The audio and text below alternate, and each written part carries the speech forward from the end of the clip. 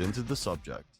Welcome back, everyone. We're at another episode of On the Subject. I'm your host, Michael Villardo, and we have an incredible guest here today, a fellow Bruin, UCLA MBA graduate, Villanova undergraduate, also a content creator, also an entrepreneur, and currently a product manager. Good friend, John Lee. Welcome to the show today. Hey, thank you so much. I appreciate it. It's good to see you. Yeah, again, great man. to see you, man. It's going to Good to be be back fun. on Yeah, the this is subject. so exciting to have you back. And so a little bit of background, everyone. So John Lee and I were 1 year apart at UCLA Anderson. Such an honor to be here with us today. And he also teaches our social media skills course. So what's it like to be just a jack of all trades, teacher, content creator, entrepreneur, product manager? How do you do it all? Oh man, I wouldn't say I would be a jack of all trades, but there's just a lot of fun in dabbling in a bunch of different topics. And I feel like for me, at least, I really enjoy, trying out new topics, learning new skill sets, and really trying to find a way to mesh them all together. And I think I'm on that journey right now to really figure out where they all kind of collide and combine. So it's really great to again be back here with you, and it feels full circle in a lot of ways, which is really nice. Really nice. So thank you for having me. So would you say Los Angeles brought the creator out of you, or you brought the creator to Los Angeles? Oh, I definitely would say I brought it here in terms of like I've always had this passion. As you mentioned, I went to Villanova as an undergrad. I studied mechanical engineering, and crazy enough, I used to work in defense, and so I was building satellite reflectors. And the companies that I was at, the three pillars and mottos they had were like mission, deploy, and execute. And then flip, now I'm doing like creativity, kindness, and really just trying to bring some good vibes to people. And so it's been a huge flip for me, starting with like photography, podcasting, live streaming. And then in LA, I feel like I found a decent group of people that really enjoyed creating content and just being around that energy. And now that you're stepping into content too, it's just awesome to be around these types of people that are, really trying to create content and bring value to other people. Yeah, I feel like there used to be a negative stigma around content that it was potentially cheesy or, what are you spending your time on? And, I just made the plunge into content February of this year. Last year didn't post one time across any channel, didn't even have an Instagram last year. And, I always wanted to deflect all the energy possible to subject because, that's what I live for is subject. The students were helping. But there's such a powerful ability to gain attention. And sometimes it can be polarizing, but attention and eyeballs drives opportunities. How did you step into content? Not a lot of engineers, especially a mechanical engineer, obviously software too, but not a lot of engineers actually do content. What Yeah. was your first video you posted? And, what was it like getting that first like or follow? No, I love that question. And you're definitely right. I felt a little different in regard to my engineering class when I was at school, but it definitely started. I just love photography. And I think that stems from my dad. When he immigrated to the US, like one of the first jobs that he took on was running a little photo shop. And so he was selling old school cameras and lights, and we've always just been around that growing up. And so I decided to take a camera in college and started capturing memories and moments. And really enjoyed that to capture someone's emotion. And that eventually started to trickle into different forms of format for media. And so podcasting, then I went to video. And honestly, it was surreal getting that first follow, that first like. I didn't know that that's something that I enjoyed, but it is something that I do enjoy. It's one confirmation that like, oh, maybe what I'm creating is valuable to someone else, and it might inspire someone else to create as well. And I think we were kind of talking about it before we started, but we're all just people. We're all just trying to figure things out. And so if you're able to share a piece of your life, your experience, and that helps someone get to the next step of their life, no matter what that might be, I think that's something that's really powerful. And I think, the scale at which you can reach people with social is just astronomical these days. And so it's a huge missed opportunity if you don't do that. And so that's why I love the fact that you're getting into it. And I'm curious to hear from your side, like how it's been of the transformation of going from behind the cameras to now in front of it. If Yeah. you want to Oh, I'd dive love into to that. share. And I love your beautiful, truistic view on that. And thank you for all that you do to help people and bring happiness to the world. For me, it really was, I thought being the silent CEO was the way. Mhm. And, I had a pretty respectable sports career a long time ago, retired now, and was able to, shine in the bright lights, get some attention. And Mhm. it was really thrilling and enjoyable. But I thought in the professional world, more of a modest approach and making it all about the team always Mm, would win. But you realize, especially as a startup, it's very hard to go against these legacy players and get attention. And so mm, if the founder, CEO, or leaders of the company can be able to be a little more nimble with their social profile and mm, get some more attention, and that in fact helps more students, then it's mhm, absolutely necessary. And as CEO, your role is to deliver value to shareholders. And the mm, way we deliver value to shareholders is getting more sales, getting yeah, more students on the platform. And if me posting, additional 100 times a year gets us more students and helps more people in this world, then it's a shame if I don't do it. And so that's why I saw it as my duty. And so honestly, talking more about that and how you view making content, mm, how you've been able to build your profile up over the years, now it's an instant side of credibility when you walk in a room, especially in places mm, like Los Angeles and New York, and you say, "Hey, I have 100,000 plus followers." You have that on mm. TikTok, correct? Or Yeah, yeah, yeah. yeah, So on how did TikTok. you go about, gamifying that and approaching that to be able to get such a large following at such a young age? It's super impressive. Oh, I appreciate it. That's really kind of you to say. I would say, honestly, for me, TikTok was just liberating. I would say I got into short form right during COVID, just like most people, where everyone's stuck at home. There's Yep. not much to do. I was actually living in a new place in Maryland. I didn't know anyone in the area, and we were forced to just stay in our homes. And so I wanted to still connect with people, and so I dabbled in live streaming. So I was doing a lot of gaming and just creating content for fun on Instagram. I felt very I don't know, like the Instagram network for me was a lot of my friends that don't Yep. necessarily know me for the different aspects of what I bring. And so TikTok was like this kind of little secret that I had that I can kind of post whatever I wanted. And that was really liberating for me because, as I mentioned before, I like trying out new things. One day I'm talking about how to solve a Rubik's Cube. The next I'm talking about how to live stream. The next I'm talking about how I'm doing push ups and fitness challenges. And then also like watching anime and sharing that experience.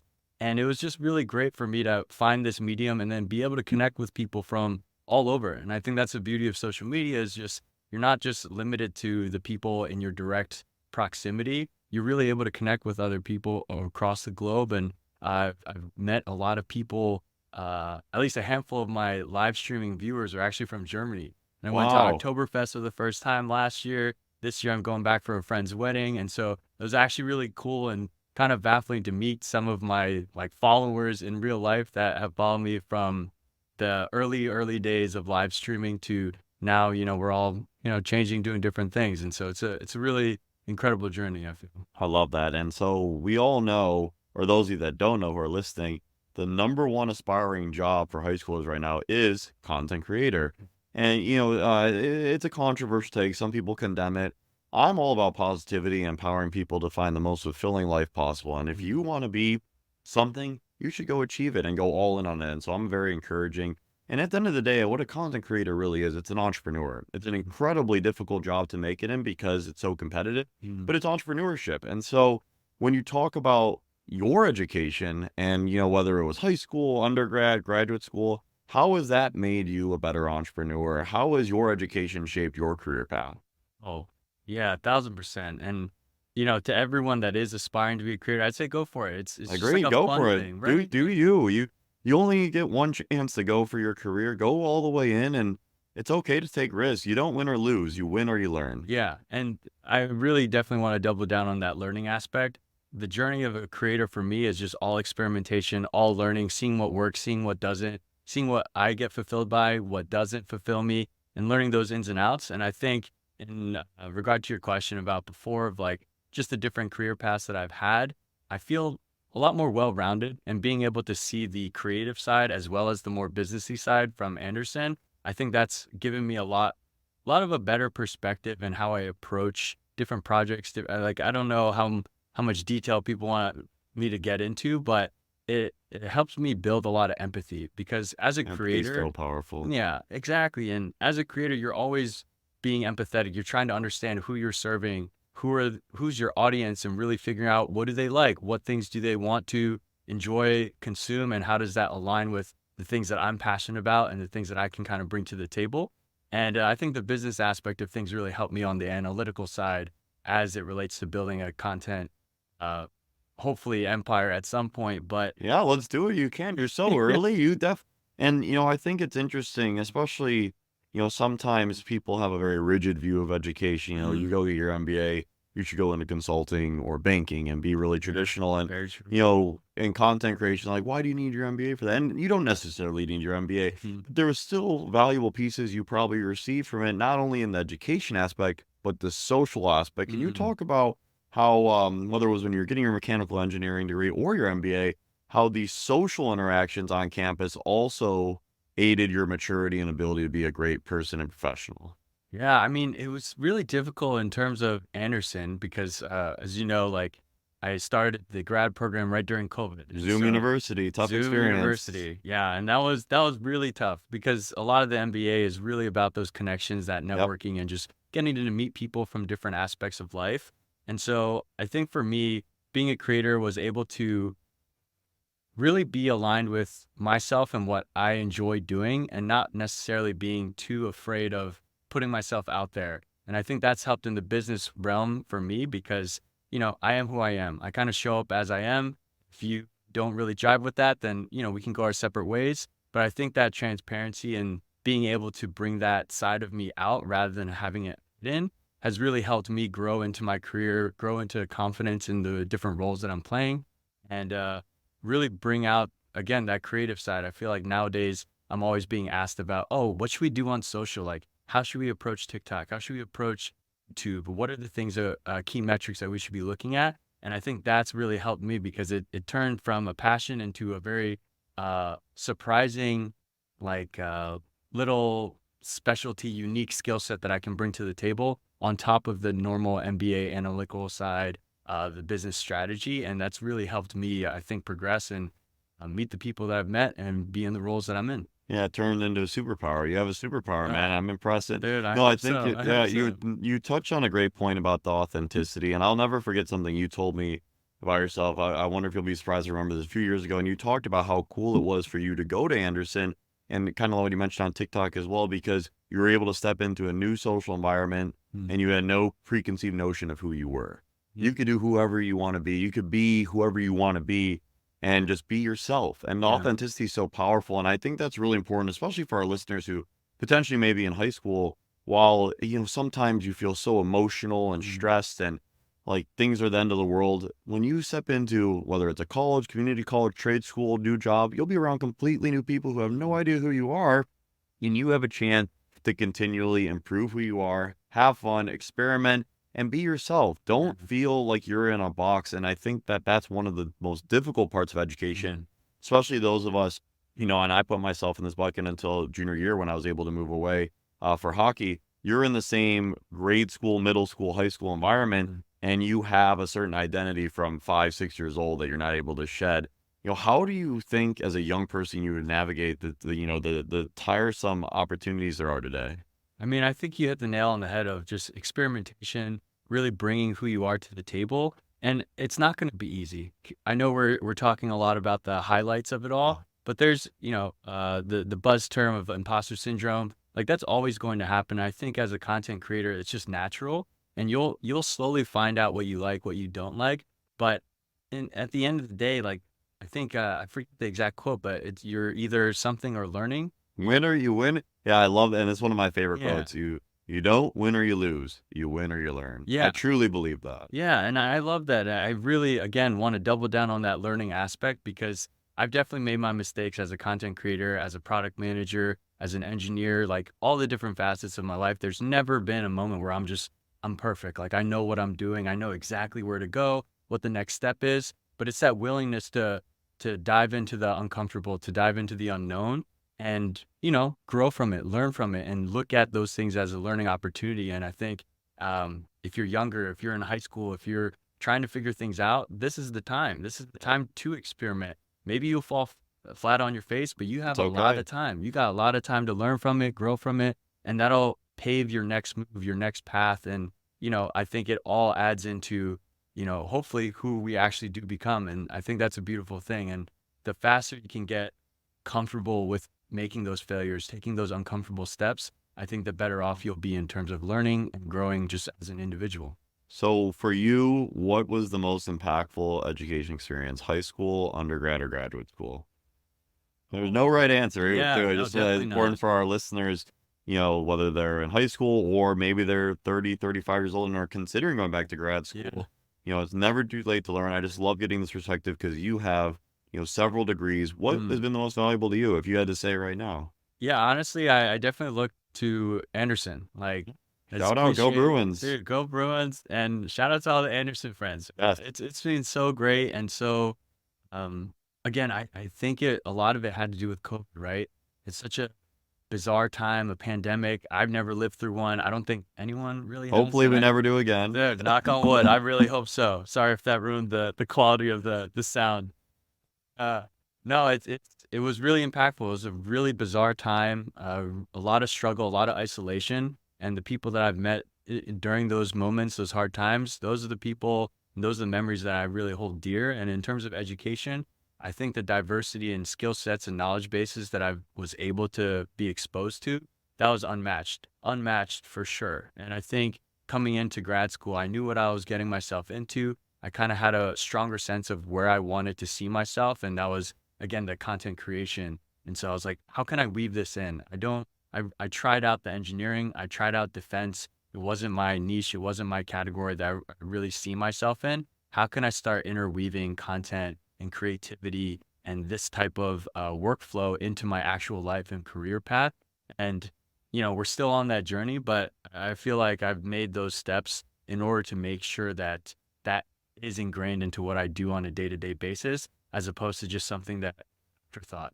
And I think I'm really excited to see where that path continues to lead on to. Yeah, it's awesome. Love the Bruins. And I think one thing that's unique, and I think we both share this, is, when you're evaluating school, whether it's undergraduate or graduate, one of the biggest benefits for both of us at UCLA is, we both ended up staying in LA. I Mm. always, recommend young people really try to find schools. And I'd say it's more important even in grad school than undergraduate because there's some really cool undergraduate opportunities that are more rural and really about the campus life. But Mm. I do believe if you can go to a school in a city you would see yourself living in one day, Mm. a lot of opportunity there. You can network, you can intern. Look, you were able to even meet us. We end up teaching a class Yeah. together. Yeah. That's something that's really special when you go to a city that has a lot of opportunity that you're interested in. You were interested in content, media, Mhm. entertainment. Really, In the hub yeah, culture. yeah. LA is the best of the best, and it's really LA or New York. And then Yeah. after that, it's a pretty big drop off for those industries. Maybe if you're going for some other industry, there's some other cities you can explore. But can you talk about why you wanted to stay in LA and what LA means to you? Yeah, I mean, so I've actually moved a lot. Like I grew Yeah, up in New Jersey, South New Jersey, close to Atlantic City, yeah. 609. If anyone knows, shout out No, to the shout out 609. Jersey. Unique Jersey characters. Yeah, yeah, Jersey's great. And then I moved to Pennsylvania. Yeah. Then I moved to Florida, Kansas City, Missouri, Maryland, and now Oh, wow. California. Yeah, you've really lived Oh everywhere. yeah, I love I've that. bouncing around, and they're so different in their own senses, and I've met some wonderful people in every single spot. I think for me, like LA definitely has been the most fun place that I've been to. And again, like after coming out to school here, I started building a network here. Yep. Started finding my little pockets where I really felt like I could be my authentic self and really grow and thrive. And there's definitely an energy here. I think just meeting all the entrepreneurial spirits here, so many of my classmates became entrepreneurs. You're an entrepreneur. It's super inspiring, by the way. Oh, Which thank you. for all the listeners out there, like this is what I'm talking about. Like you need to surround yourself with people that you're trying to maybe emulate, become more like, learn from. There's so much value in the proximity of the people that you're with, and so bouncing around, finding new places where you feel the most authentic, and also just exploring. Like some of the places I've lived, I haven't really thoroughly enjoyed, but I've learned a lot. And it goes back to winning or learning. We're learning, we're constantly learning. And I hope to continue to do that. I personally don't know if LA is going to be my end all be all, but I've been here for 3.5 years now. And we'll see. We'll see where I Where's end the up. end all be all? Where do you want to go? Family's huge, man. Yeah, Family family is is big. very important. So Where I are they? got Philly area? New Jersey still. Yeah, Yeah, South yeah. Jersey. Yeah, South Jersey. My brother's up in Boston. They're actually coming to, Oh so my I'll be goodness, this is hanging out with great. I family love today. that. Yeah, it'll be Well, really I think, nice. in that spirit, we want you to spend as much time with family as possible. There's just one thing I'd love to be able to end this with is Mm. if you had to speak out there to thank any of your teachers in your life, whatever age it would be, who would it be and how did they change you? Oh, I think about this a lot, which is, I don't know if I should, but I definitely do. These are my guidance counselors in high school. They really shaped so much of embracing the quirks that I have, the little things of kindness that I like to do, the things that might be a little weird, but they're part of me. And so that's a shout out to Mrs. Bonnie Wade and Mr. Joe Monteleone. I feel bad because I haven't reached out to them in a while. They were, in my opinion, the best teachers that I could have asked for. They're guidance counselors. They really helped me guide where I should go, and they told me to keep following what I see in front of me and really go for that. Be passionate about those things and don't stop and just keep going for it. And that was really powerful for me. And I learned so much from them about empathy, about growth, uh, and learning. Well, so you heard that, and like, what a beautiful way to end it because, look at that. John's such a successful adult living in one of the most diverse mega cities in the entire world, and he still remembers that high school counselor in this case, or high school teacher that impact and change their life, helps you get into that college you wouldn't without them, helps you then get into that job or that graduate school program, or meet that partner of yours in life. Those little pieces in high school affect your entire life trajectory. And that's why we care so much about what we're doing here at Subject, helping high schoolers find the most fulfilling life path possible and making education not just about zip code. And so we really appreciate your time today, John. This is such a pleasure. We'll be back soon with another episode of On the Subject with Michael Villardo. We're so excited about these chats, and we learned so much today. Win or you learn. Thank you, John. Thank you so much for having me, man. That was fun. So fun.